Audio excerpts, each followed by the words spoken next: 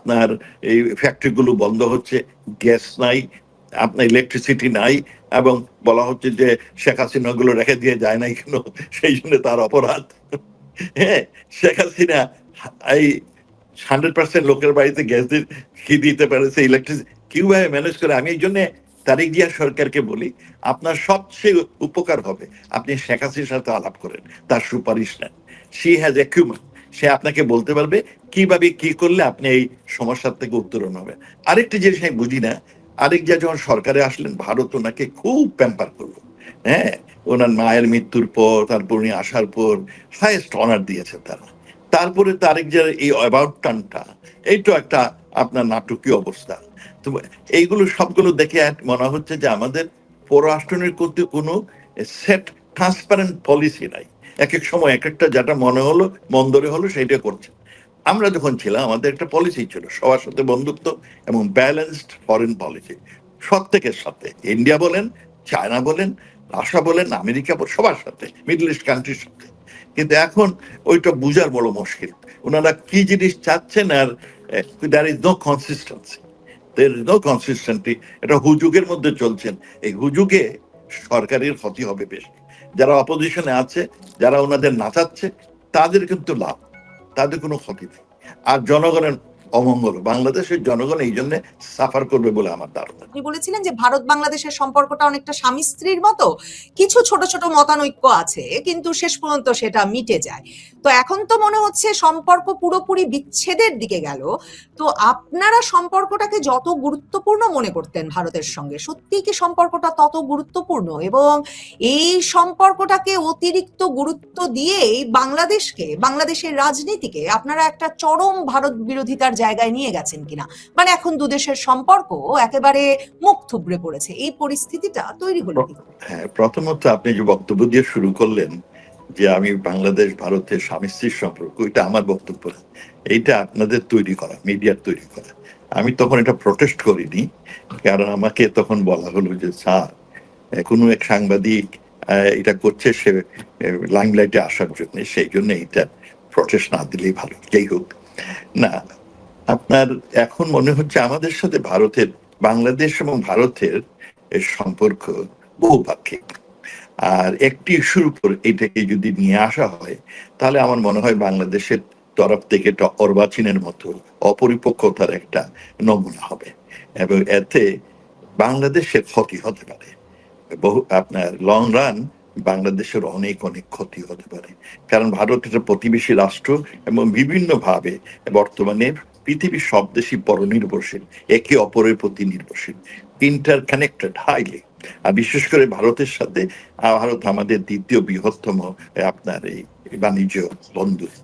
এইসব রাজনৈতিক যেগুলো বাদ দিলে অর্থনৈতিক যদি দেখেন, আমার কত লক্ষ লক্ষ আমার লোক ভারতে তারা ট্রিটমেন্টের জন্য যায়, সস্তায় ট্রিটমেন্টটা পায় এবং ভালো ট্রিটমেন্ট পায়। যাই হোক, আমি যেটা বলছিলাম যে একটি ইস্যুর উপরে এই ধরনের কড়া আপনার অবস্থান, মনে হচ্ছে যে এটা হয়তো বাংলাদেশের যারা সরকারে আছেন তাদের পক্ষ থেকে আসেনি, অন্য কেউ তাদের পরামর্শ দিয়েছে। সম্প্রতিকালে আমরা দেখেছি যে আপনার এই বিভিন্ন রাষ্ট্রের রাষ্ট্রদূতরা আপনার নাহিদ সাহেব এনসিপির লোকের সাথে খুব সাক্ষাৎ করছেন, এবং এনসিপির নেতা নাহিদ সাহেব বলেছিলেন যে শেখ হাসিনাকে ফেরত না দিলে আপনার তারিক রহমানের ভারত যাওয়ার ঠিক হবে না। তারই প্রতিফলন দেখছি। এবং এইটা কি কারণে হচ্ছে, একটি কারণ হতে পারে যে কেউ কেউ মনে করেন যে এনসিপি কিংবা জামাত তারা তারিক জিয়া সরকারকে সরকারে চায় না, তারা চায় দেশে একটা বিশৃঙ্খলা হোক, বাংলাদেশের অবস্থা আর খারাপ। ইতিমধ্যেই ব্যাংকিং সেক্টর তো গুল্লায় গেছে, আপনার জ্বালানি নাই, জিনিসপত্রের দাম হু করে বাড়ছে। তো এই অবস্থায় তারা মনে করে ভারতের সাথে যদি একটা বন্দর বাঁধিয়ে দেওয়া যায়, তাহলে এই সরকারের বোধ ডোমেস্টিক্যালি এমন ইন্টারন্যাশনালি অসুবিধায় পড়বে, তখন এদের বিদায় হতো, ত্বরান্বিত হবে। এবং সেই জন্যই তারা হয়তো তারিক জিয়াকে সুপারিশ দিচ্ছে যে আপনি ওখানে যেন না, এর উপরে আপনি শক্ত। আর ওদের বন্ধু যারা বিদেশি, তারা হয়তো ওদের বলছে যে দেখো, তোমরা একটা স্ট্রং স্ট্যান্ড নিলে আপনার এই ঝামেলাটা বাড়ানো যাবে, তখন তোমাদের একটা সুযোগ হবে। এটা একটা দিক। আর আরেকটি হচ্ছে যে ব্রিক্স সম্মেলনে ভারত দাওয়াত দিয়েছে, ব্রিক্সটা আমেরিকা পছন্দ করে না, এটা ব্রিক্সটা আমেরিকার ডলার বিরোধী। সুতরাং খলিল সাহেব হয়তো চাচ্ছেন যে এই সুযোগ আমেরিকাকে খুশি করা, আমি ব্রিক্স সম্মেলনে যাব না, কিন্তু অন্য একটা ছুতা ধরে আমি গেলাম না। আর আমেরিকা আমি বলতে পারবো আমি তোমাদের সাথে আছি, দেখো আমি ব্রিক্সে যাই নাই, তারা আমাকে দাওয়াত দিয়েছিল, আমি যাই নাই। তাহলে আমেরিকা হয়তো ওনাদের প্রতি আরো অনুকম্পা প্রকাশ করবে। কিন্তু এই যেগুলো ওনারা চিন্তা ভাবনা করছেন, মনে হচ্ছে যে এটা অনেকটা, কারণ আমাদের তো থাকতে হবে প্রতিবেশী নিয়ে। আমাদের সময়ের সম্পর্কটা ছিল যে আমরা সবার সাথে বন্ধুত্ব, বিশেষ করে প্রতিবেশীর সাথে একটা অগ্রাধিকারমূলক সম্পর্ক, সুসম্পর্ক। কারণ আমরা দেখেছি ইতিহাসের বিভিন্ন দেশের পর্যালোচনা করে, যে সমস্ত দেশ আপনার প্রতিবেশীর সাথে হিংসা বিদ্বেষ ঝগড়া যাইতে ব্যস্ত থাকে, তাদের কোনো উন্নয়ন হয় না। আর আমাদের লক্ষ্য ছিল মানুষের উন্নয়ন, দেশের উন্নয়ন। আমরা এই জন্য প্রতিবেশীর সাথে সুসম্পর্ক রাখার জন্য চেষ্টা করেছি। অনেক সময় আপনার মিডিয়ায় কিন্তু বানোয়াট কথা বলা হয়, যেমন ভারতকে বাংলাদেশ বিক্রি করে বাংলাদেশ সব দিয়ে দিয়েছে। আমি সরকারে থাকা অবস্থায় যে কয়েকটা এগ্রিমেন্ট আমরা করেছি, একটি হচ্ছে পানি চুক্তি, আপনার আমি বলি সমুদ্র সীমা 1,18,000 বর্গ কিলোমিটার আমরা জমি সমুদ্রে পেয়েছি। হ্যাঁ, কোনো যুদ্ধ করে না, দুথালির মাধ্যমে আর আপনার আইনের মাধ্যমে, আলোচনার মাধ্যমে। এটা বড় বিজয়, এটা বড় বিজয়। হ্যাঁ, আমরা কি করেছি, বর্ডারটাকে এই 74 বছর পুরনো সমস্যা, আর আমরা সবগুলো যতগুলো এনক্লেভ নিয়ে এসেছি, আমরাই বেশি পেয়েছি জমি। তা আমরা যেগুলো ট্রিটমেন্ট করেছি, হ্যাঁ, আমাদের সময় ভারত অনেক জায়গায় চেয়েছে, আপনার ট্রানজিট চেয়েছে, বিনা পয়সা আমরা দেইনি, পোর্ট চেয়েছে, বিনা পয়সা আমরা দেইনি। তারা দাবি করেছে তোমরা নেপাল এবং ভুটানকে পয়সা ছাড়া দিচ্ছ, আমাদের দাও না কেন? আমরা বলছি না, নেপাল এবং ভুটান তো ল্যান্ডলক কান্ট্রি, তোমরা পয়সাওয়ালা। হ্যাঁ, তারা চাইছিল আমাদের উপরে দিয়ে তাদের নর্থ ইস্ট রিজিয়নে ইলেকট্রিসিটি পাঠানোর, মানে নর্থ ইস্ট থেকে ইলেকট্রিসিটিটা আনবে মেইনল্যান্ডে। আমরা বলছি হ্যাঁ, আমরা রাজি আছি, কিন্তু আমাদের কিন্তু এর জন্য দিতে হবে। আপনার 4,000 মেগাওয়াট তোমরা যদি পাস করো, এর মধ্যে 1,000 আমাদেরকে দিতে হবে। তো আমরা দেন দরবার অনেক করেছি, ইন্ডিয়া অনেক সময় এগুলো পছন্দ করে নাই, কিন্তু we maintained A balance foreign policy. কিন্তু বর্তমানে যে অবস্থা হচ্ছে, এটা মনে হচ্ছে বাল্য খেলা, ছেলে খেলা, যে আমি রাগ করে আমি এটা করব না, তুমি এটা না দিলে আমি এটা করব না, ফেলে দেবো। এইটা দিয়ে তো কূটনীতি হয় না। এইটাতে দিয়ে আপনার একার রাগটা দেখাতে পারেন, দেশের মঙ্গল হয় না। আমার মনে হয় যে এই একটা ইস্যুতে শেখ হাসিনার প্রত্যাপন্ন নিয়ে যে ওনারা ঘু ধরেছেন, এইটা বাংলাদেশের মঙ্গল আনবে বলে আমার ভয় হয়। আর ভারতের জন্য আপনার শেখ হাসিনা বিদায় দেওয়া ইজ নট ইজি, কারণ তাদের আশ্রয় দিয়েছে আপনাদের রিকোয়েস্টে, এবং সেইখানে যাদের তারা আশ্রয় দেয়, দে অনার দেয়ার কমিটমেন্ট, এবং তাদের একটা শাসনতান্ত্রিক বাধ্যবাধকতা আছে। তারা একটা গণতান্ত্রিক দেশ, আপনি যা চাইলেন করবেন, ওইটা তো ভারতের পক্ষে, ভারতের সরকারের পক্ষে আপনার অত সহজ না। সুতরাং চাইলে যে হয়ে যাবে এমন না। আর এই যে আপনার চুক্তির কথা বলছেন, সেই চুক্তিতে ক্রিমিনালদের কি করার জন্য রেপার্টেশনের কথা, নট এ পলিটিক্যাল লিডার। আর ক্যাঙ্গারু কোর্টের রায়ে সেইটা দে হ্যাভ টু ডিসকাস, যে এটা ক্যাঙ্গারু কোর্টের রায় না একটা স্বচ্ছ রায়, এগুলো নির্ধারণ হয়। So it's not that easy, যা আমি বললাম পাঠায় দাও, তোমরা পাঠালে আমরা যাব না। না গেলে কার কত ক্ষতি হবে সেটা তো আপনার পরবর্তীতে দেখবেন। এবং আমার মনে হয় ব্যক্তিগতভাবে বাংলাদেশের ক্ষতি হবে। আমি আপনার কাছে, আপনি খুব ইন্টারেস্টিং একটা পয়েন্ট বলেছেন, যে আপনার সন্দেহ হয় যে জাতীয় নাগরিক পার্টির তরুণ নেতা এনসিপির সঙ্গে যেসব রাষ্ট্রদূতরা দৌড়াদৌড়ি করছেন, তারা হয়তো আশা দিয়েছেন তারেক জিয়ার সরকার পড়ে গেলে তাদের একটা সম্ভাবনা তৈরি হবে। মানে আরেকটু যদি খোলাসা করে বলতেন, মানে তারা কারা? এবং আমার প্রশ্ন হচ্ছে, বিএনপি সরকারের কি লাভ হচ্ছে?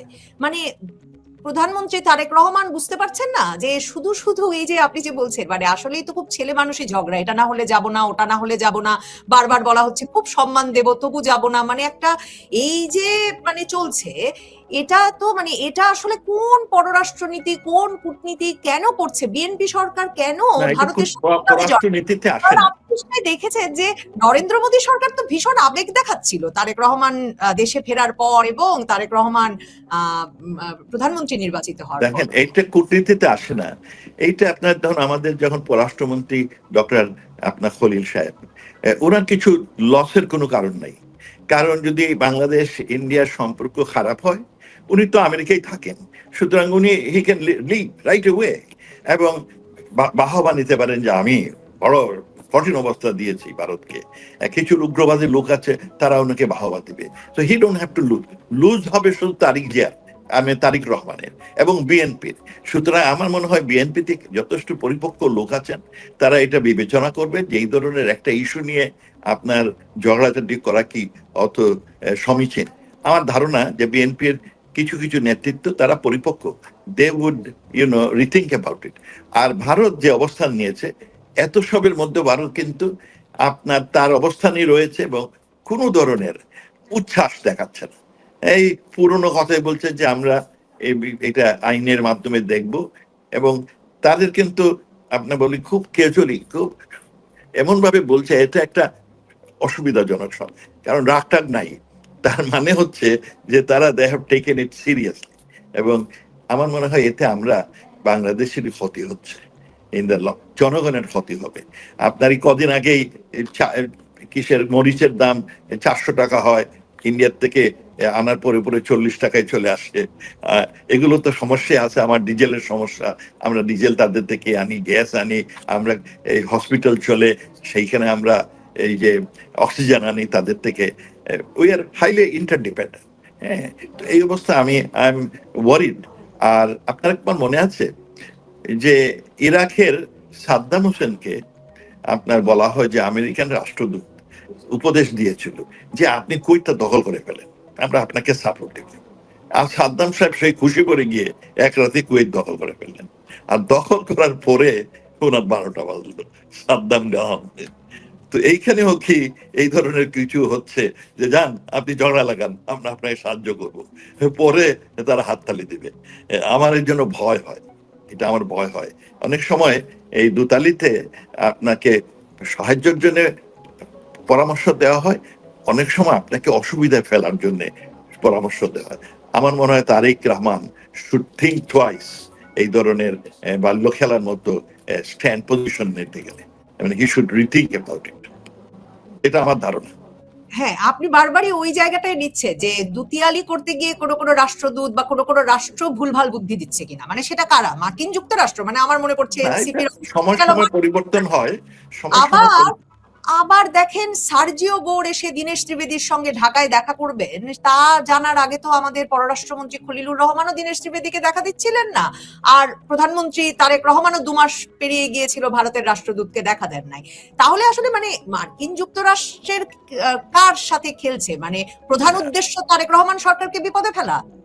সম্প্রতি আমার মনে হচ্ছে যে আমাদের এবং ভারতের এই যে সম্পর্কের মধ্যে অনেক নাটকীয় জিনিস আমি দেখছি। আমি বলছি এগুলো নাটক। আপনার আমেরিকার স্পেশাল এনভয় ঢাকায় আসলেন স্বাভাবিকভাবে বাংলাদেশ সরকারের সাথে আলোচনার জন্য, এসে তিনি ইন্ডিয়ার রাষ্ট্রদূতের সময় কাটালেন। আর আমাদের পররাষ্ট্র মন্ত্রণালয় ওনার জন্য কালচারাল প্রোগ্রাম করলো, ডিনারের আয়োজন করলো, সবগুলো বাদ দিল। এইটা একটা মানে আনথিঙ্কেবল, এবং এইটা একটা নাটকের মতো মনে হলো। হ্যাঁ, আর এখনো যেটা হচ্ছে ওই নাটক মনে হচ্ছে। তার ফলে এই নাটকীয় কি অবস্থা হয়, একজনের স্ক্রিপ্ট বসে বসে লিখতেছে আর এর প্রেক্ষিতে বাকিরা এই প্লেয়ার্স আপনার খেলতেছেন। শেষ পর্যন্ত কি হয় যায় না।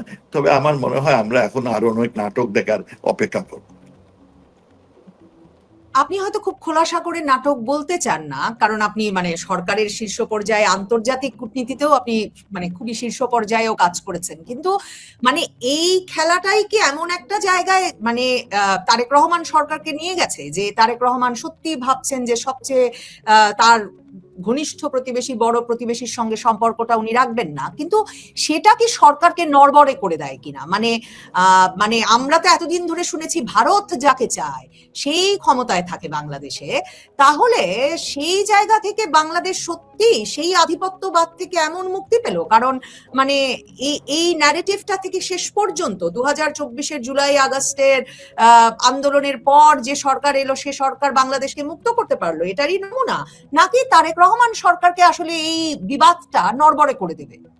আপনার তো নড়বড়ে তো করে দিচ্ছেই, তবে বর্তমান সরকারের আপনার পররাষ্ট্রনীতি আমি ঠিক টের পাই না, ভেরি হাইলি অ্যাম্বিগুয়াস।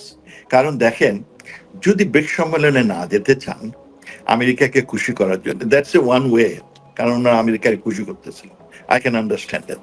কিন্তু একই সময়ে ওনার চায়নার সাথে ঘনিষ্ঠতা বাড়াচ্ছে। হ্যাঁ, সেটা আবার এই আমেরিকাকে মানে এটা মিলে না। হ্যাঁ, আর ইন্ডিয়ার সাথে সম্পর্ক খারাপ হলে চাইনিজ খুশি হবে, তার থেকে জিনিসপত্র কিনতে পারবেন, হ্যাঁ, তো খুশি হবে সেইখানে চায়। আর বর্তমানে যে তারেক জিয়া সরকার, মূলত তারা প্রো চাইনিজ, কিন্তু এখন হঠাৎ করে আমেরিকার তারা ভক্ত হয়েছে, হয়তো স্বল্পকালীনের জন্য। আরেকটি জিনিস আমি বুঝি না, আরেক জিয়া যখন সরকারে আসলেন ভারত ওনাকে খুব প্যাম্পার করলো। হ্যাঁ, ওনার মায়ের মৃত্যুর পর, তারপর উনি আসার পর হাইয়েস্ট অনার দিয়েছে তারা। তারপরে তারেক জিয়ার এই অ্যাবাউট টার্নটা, এই তো একটা আপনার নাটকীয় অবস্থা। তো এইগুলো সবগুলো দেখে মনে হচ্ছে যে আমাদের পররাষ্ট্রনীতির কোনো সেট ট্রান্সপারেন্ট পলিসি নাই। এক এক সময় এক একটা যেটা মনে হলো মন্দরে হলো সেইটা করছে। আমরা যখন ছিলাম আমাদের একটা পলিসি ছিল সবার সাথে বন্ধুত্ব এবং ব্যালেন্সড ফরেন পলিসি, প্রত্যেকের সাথে, ইন্ডিয়া বলেন, চায়না বলেন, রাশিয়া বলেন, আমেরিকা বলেন, সবার সাথে, মিডল ইস্ট কান্ট্রির সাথে। কিন্তু এখন ওইটা বুঝার বড় মুশকিল, ওনারা কি জিনিস চাচ্ছেন। আর there is no consistency, there is no consistency. এটা হুজুগের মধ্যে চলছেন। এই হুজুগে সরকারের ক্ষতি হবে বেশি। যারা অপোজিশনে আছে, যারা ওনাদের নাচাচ্ছে, তাদের কিন্তু লাভ, তাদের কোনো ক্ষতি নেই। আর জনগণের অমঙ্গল, বাংলাদেশের জনগণ এই জন্য সাফার করবে বলে আমার ধারণা। মানে ওনারা তো চীনের সঙ্গে বন্ধুত্ব বাড়াচ্ছেন, রাশিয়ার রূপপুরে সেকেন্ড ফেজে রাশিয়াকে আনতে চাইছেন। তো রাশিয়া চীন তো বোধহয় ব্রিক্সে না গেলে সেটাকে খুবই মানে একটা মার্কিন পন্থী অবস্থান হিসেবে নেবেন, তো সেটাও তো একটা বেকায়দায় ফেলবে তারেক রহমান সরকারকে। কিন্তু আরেকটা জিনিস, মানে আমরা তো বরাবর, মানে আপনি আমাকে ঠিক করবেন আমি যদি ভুল বলি, মানে আমরা তো বরাবর পড়েছি জেনেছি যে বিশেষ করে মানে জিওপলিটিক্যালি খুবই স্ট্র্যাটেজিক্যালি খুবই ইম্পর্টেন্ট জায়গায় যেসব দেশ অবস্থান করে, ছোট দেশ, তারা সাধারণভাবে কোনো না কোনো ব্লকে নিজেদের একটা জায়গা করে নেয়। শেখ হাসিনা সরকার সেটা একরকম ভেঙেছিলেন। আপনারা ভারতের সঙ্গেও ব্যাপক বন্ধুত্ব রেখেছেন, চীনকে ইতিহাসের সবচেয়ে বেশি ব্যবসা দিয়েছেন, রাশিয়া আপনাদের ঘনিষ্ঠ ছিল। কিন্তু তারেক রহমান সরকারকে কোন জোটের মানে ইনফ্লুয়েন্সে মনে হচ্ছে? পাকিস্তান, তুরস্ক, ইরান, মানে কারা তাকে মানে ধরে রেখেছে, আষ্টে পৃষ্ঠে রেখেছে মনে হচ্ছে? মার্কিন যুক্তরাষ্ট্র তো খুব সন্তুষ্ট মনে হচ্ছে না, আপনিও সন্দেহ করছেন মার্কিন যুক্তরাষ্ট্র তাদেরকে বিপদে ফেলতে চাইছে। অনেকেই সেই সন্দেহ করছেন, এমনকি সার্জিও গোরের এসে দীনেশ ত্রিবেদীর সঙ্গে দেখা করা কিংবা খলিল সাহেবের ডিনারে না যাওয়াকে ও মার্কিন যুক্তরাষ্ট্রের অসন্তোষ হিসেবে অনেকে দেখছেন। ওনারা আসলে কাদের সাথে আছেন? মার্কিন যুক্তরাষ্ট্র তাদের কাজ হাসিল হয়ে গেলেই তারা ওকে ফেলে দেয়। হ্যাঁ, তারা যা যা পাওয়ার সেগুলো মোটামুটি পেয়ে গেছে। সুতরাং তারা ওখানে এই কিসের নাম, তারা সোলজার নিয়েছে, ট্রেনিং হচ্ছে, যা যা কমান্ড এন্ড কাউন্সিল সেন্টার তৈরি করে ফেলবে, সেগুলো হয়ে গেলে তার আর কোনো দরকার নাই। তবে আপনি যেটা বললেন যে চায়নার সাথে ওনারা সুসম্পর্ক করতে চাচ্ছেন, কিন্তু চায়না সেই ধরনের এখনো সেই ধরনের আপনার ওয়েলকাম করে নাই। শেখ হাসিনার সময়ে চায়না, আপনার মনে আছে প্রেসিডেন্ট শি জিনপিং আসলেন বাংলাদেশে, প্রায় $37 বিলিয়ন একটা এগ্রিমেন্ট করলাম, এর মধ্যে 23 বিলিয়ন সরকারের এবং 13 বিলিয়ন হচ্ছে গিয়ে বেসরকারি খাতে। কিন্তু শেখ হাসিনা এত বড় অঙ্কের এই টাকার এগ্রিমেন্ট করেও চায়না থেকে টাকা নেন নাই। খুব সতর্কতার সাথে উনি সর্বমোট $5 বিলিয়ন নিয়েছেন, যেটা 1% অফ আওয়ার জিডিপি। যদিও পশ্চিমা দেশ এবং কিছু সুশীল সমাজ তখন বড় বড় গলায় বলছেন যে বাংলাদেশ বোধহয় চাইনিজ ডেক্টরে পড়ে যাচ্ছে শ্রীলঙ্কার মতো। আমরা এটা খুব সজ্ঞান ছিলাম। আমাদের তখন মাত্র ফরেন ডেট ছিল মাত্র 16%, আর IMF এর মতে 57%-এর বেশি যদি আপনার কোনো দেশের প্রতি আপনার ঋণ থাকে তাহলে ডেট ট্র্যাপড হয়। এটা জেনে শুনে আমাদের পণ্ডিতরা এটা একটা প্রোপাগান্ডা শুরু করেন। শেখ হাসিনা সরকার অনেক টাকা চাইনিজ থেকে আনতে পারতো, আনে নাই, খুব সতর্কতাতে, you want to have diversified inflow of investment.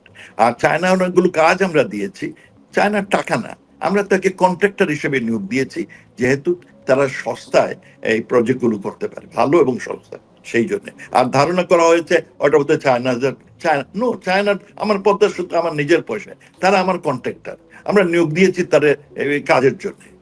যাই হোক, তো কিন্তু বর্তমান সরকারের এই ধরনের কোন সেট পর্যন্ত আমি দেখছি না, একবার এদিকে একবার ওইদিকে। আর ইভেন এই যে টার্কির সাথে পাকিস্তানের সাথে খুব গভীর সম্পর্ক। আমরা টার্কির থেকে আমরা ড্রোন কিনেছি, আমরা মিসাইল কিনেছি, প্রায় $1 বিলিয়ন জিনিস কিনেছি, বাট আমরা উদ্দেশ্য হলো ডাইভার্সিফাই ওভার আপনার সোর্সেস অফ ওয়েপন।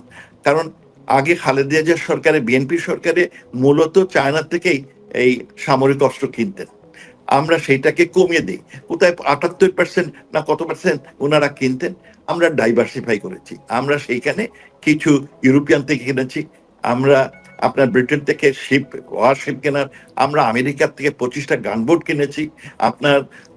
আমরা ওই ডাইভার্সিফাইড, তার ফলে 60%-এ নিয়ে আসা হচ্ছিল, এখন নাকি আবার বেড়ে যাচ্ছে। আর পাকিস্তান থেকে আমরা নেই। ইন্ডিয়া আমাদের প্রায় $800 মিলিয়ন অনুদান দিয়ে রেখেছিল যে তোমরা এগুলো খরচ করো, আমরা খরচ করি না, আমরা খুব কেয়ারফুলি অল্প টাকা সেইটা খরচ করেছি। So if you look at it, we have a very consistent systematic, কারো ঘরে আমরা এক হতে চাই নাই, আমরা সবাইকে নিয়েই থাকতে চাই, কারণ আমরা হাইলি ইন্টারডিপেন্ডেন্ট। আমার সবার সাথে সুসম্পর্ক না থাকলে আমার গার্মেন্ট বিক্রি হবে না, আমার এই যে প্রতি বছর 21 লক্ষ ছেলে মেয়ে মার্কেটে আসে চাকরির জন্য, তাদের চাকরি বিদেশে, প্রায় 10 লক্ষ বিদেশে আমি চাকরি দেই, তাদের চাকরি হবে না। দেখেন, আমরা মিডল ইস্টে ইরানের সাথে, টার্কির সাথে এক পক্ষে যাইনি, কারণ আমার প্রায় 40-42 লক্ষ আমার ছেলে মেয়ে মিডল ইস্টে কাজ করে, এরা মোটামুটি সৌদি ব্লকের মধ্যে। এরা যদি আমাদের উপর অসন্তুষ্ট হয়, যেমন ইউএই এখন আমাকে ভিসা দেয় না, বন্ধ করে দিয়ে, এরা অসন্তুষ্ট হয় যদি শুরু করে আপনার ফেরত দিতে, আমি এই 42 লক্ষ ছেলে মেয়েকে কোথায় জব দিব দেশে? এইসব একাধিক জিনিস আমাদের মূল লক্ষ্য ছিল দেশের মঙ্গল, জনগণের মঙ্গল। আর এখন যারা আসছেন মনে হয় যারা একটা কম্পিটিশনের মধ্যে আছেন, একটা বাহাবা, দেশে কিছু উগ্রপন্থীর লোক আছে, ওদের খুশি করার জন্য বাহাবা নেওয়ার চেষ্টা। এই যে প্রচেষ্টাগুলো হচ্ছে, অ্যাটেম্পটগুলো হলো, এই যে সারা ইন্ডিয়ার সাথে সম্পর্ক একটা ইস্যুর উপর ওনারা দাঁড় করে দিচ্ছেন। আমাদের বহুপাক্ষিক সম্পর্ক ছিল, আমেরিকার সাথেও আমাদের বহুপাক্ষিক সম্পর্ক, আমরা মাল্টিপল এই নেগোসিয়েশন অ্যারেঞ্জমেন্টে বিশ্বাস পাই। এনারা একটার মধ্যে যাওয়ার ফলে আমার মনে হয় এইটা দেশের জন্য মঙ্গলকর নয়, আর এইটাও অ্যাচিভ হবে বলে আমার সন্দেহ। শেষ পর্যন্ত রাজনৈতিক একটা প্রশ্ন তো করতেই হয়, মানে আওয়ামী লীগের জন্য পরিস্থিতিটা মঙ্গলজনক হয়ে উঠছে। আপনি বলছেন যে তারেক রহমান সরকার বেকায়দায় পড়ছে, বেকায়দায় পড়বে, নড়বড়ে হচ্ছে, এবং তাতে বিরোধী দলের লাভ হবে। জাতীয় নাগরিক পার্টি, জামায়াত, এনসিপি এদের কথা তো বললেন, আওয়ামী লীগের লাভ হবে না, আওয়ামী লীগ ওই নড়বড়ে অবস্থায় দেশে ফিরতে পারবে। আর আপনারা কি এই ইঙ্গিত পাচ্ছেন মার্কিন যুক্তরাষ্ট্রের কাছ থেকে সহ পশ্চিমা, চীন, রাশিয়া? চীনও তো নাকি বিনিয়োগ করে মানে নিরাপদ বোধ করছে না বাংলাদেশে বিনিয়োগ করতে, কারণ দেশের অবস্থা স্থিতিশীল নয়। সবাইকে আপনাদের ইঙ্গিত দিচ্ছে যে আপনাদের ফেরার সময় হয়েছে। দেশে যদি স্থিতিশীলতা না থাকে তাহলে কেউ বিনিয়োগ করবে না। আফগানিস্তানে কেউ বিনিয়োগ করে না, কারণ স্থিতিশীলতা নাই। বাংলাদেশে যে মৌলবাদী আগ্রাসন হচ্ছে, ভয় সবার।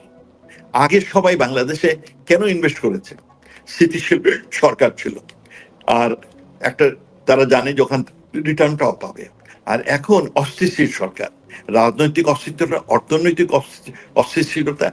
দেখেন, এই তারিক সরকার, আগে ইউনূস সরকার অনেক আপনার বাটপাড়ি করেছেন, বলেছেন যে বহু লোক আসতেছে, এই ইনভেস্ট করছে, 1 পয়সার ইনভেস্টমেন্ট হয়নি। বিদেশি তো দূরের কথা, বাঙালিরাই যারা ইনভেস্টার তারাও ইনভেস্ট করছে। বরং তারা তাদের সম্পত্তি বিদেশে পাচার করছে। এই যে আপনার সুইস ব্যাংকে 41% প্রবৃত্তি হলো থেকে আমাদের যারা ইনভেস্টার তারা টাকাটা আস্তে আস্তে করে সরায় নিয়ে আসছে। আমি জানি কয়েকটা বড় বড় কোম্পানি তারা তাদের ব্যবসা বিদেশে নিয়ে চলে আসতেছে। হ্যাঁ, সুতরাং ইনভেস্টমেন্ট তো দেশের অবস্থা খারাপ হচ্ছে। দেশের অবস্থা খুব খারাপ হলে সরকার চালাতে অলরেডি অকার্যকর সরকার হয়ে গেছে। আইন শৃঙ্খলা নাই, জিনিসপত্রের দাম বাড়ছে, আপনার এই ফ্যাক্টরিগুলো বন্ধ হচ্ছে, গ্যাস নাই, আপনার ইলেকট্রিসিটি নাই, এবং বলা হচ্ছে যে শেখ হাসিনা গুলো রেখে দিয়ে যায় নাই কেন, সেই জন্য তার অপরাধ। হ্যাঁ, শেখ হাসিনা এই 100% লোকের বাড়িতে গ্যাস দিতে পারেছে, ইলেকট্রিসিটি কিভাবে ম্যানেজ করে। আমি এই জন্য তারেক জিয়া সরকারকে বলি, আপনার সবচেয়ে উপকার হবে আপনি শেখ হাসিনার সাথে আলাপ করেন, তার সুপারিশ নেন। শি হ্যাজ অ্যাকিউমেন্ট, সে আপনাকে বলতে পারবে কিভাবে কি করলে আপনি এই সমস্যার থেকে উত্তরণ হবে। বিশেষ করে তারেক রহমানের জন্য আমাদের আওয়ামী লীগ যেভাবে আছে হবে, আওয়ামী লীগ মানুষের হৃদয়ের স্পন্দন। আওয়ামী লীগ টিকে থাকবে, কারণ আওয়ামী লীগ যতদিন মানুষের অধিকার আদায়ের সংগ্রাম থাকবে, মানুষের জীবনে প্রত্যাশা থাকবে, ততদিন আওয়ামী লীগ থাকবে। Awami League is vehicle of achieving people's আপনার ডিমান্ডস এন্ড ডিজায়ার্স, ওটা টিকে থাকবে, ওটা মরবে না কখনো। কিন্তু যে জিনিসটা সরকারের দরকার আমার মনে হয় সেটা হচ্ছে স্থিতিশীলতা, এবং স্থিতিশীলতা আনতে গেলে, স্থিতিশীলতা আসলে ইনভেস্টমেন্টও আসবে, চাকরি বাড়বে, অনেক কিছু হবে।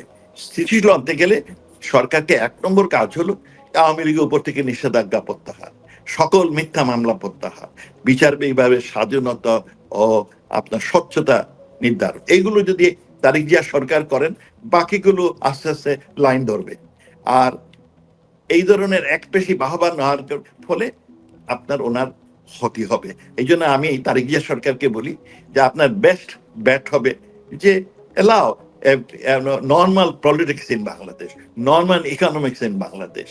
আর এইসব ওয়ান ইস্যু নিয়ে হইচই করাতে, দেখেন ভারত এত সব বলার পরে চুপ করে আছে, হ্যাঁ, খুব একটা বলছে না। তার মানে ভারত ওনাদের কথা পাত্তা দিচ্ছে না, ওনাদের কথা পাত্তা। যদি এটা তোমরা টের পাও তাহলে ওদের সাথে সম্পর্ক করো, কারণ ওদের ফেলে দিয়ে তোমাদের খুব লাভ হবে না। তো আমি মনে হয় এই যে সিদ্ধান্ত বাংলাদেশ সরকার যে তারেক জিয়াকে শেখ হাসিনাকে ফেরত না দিলে এই ইস্যুর উপর, তাতে দেশের ক্ষতি হবে বলে এবং সরকারের ক্ষতি হবে বলে আমার ধারণা। এটা গুটি কতেক যারা উগ্রপন্থী তারা বা পাকিস্তানি পন্থী তারা খুশি হবে, কিন্তু পাকিস্তান তো আমাদের সেই ধরনের সাহায্য করতে পারবে, চাইলেও পারবে না, কারণ নিজের দেশটা তো দেউলিয়া। তারা যদি আমেরিকা বলতে হচ্ছে ডিফারেন্ট ইস্যু, করবে কি না দেশে নাদের ইস্যু, কিন্তু পাকিস্তান চাইলে তো পারবে না। সুতরাং আপনার এই রং কিসে পা দেওয়াটা ঠিক না, বরং চিন্তা করেন। আমি এই জন্য সরকারকে বলবো, থিঙ্ক টুয়াইস বিফোর ইঙ্ক, নতুবা দেশটাকে রসাতলে নিয়ে যাবেন। এমনি অকার্যকর হয়ে যাচ্ছে, আরো অকার্যকর, মানুষ হাঁকা শুরু হবে।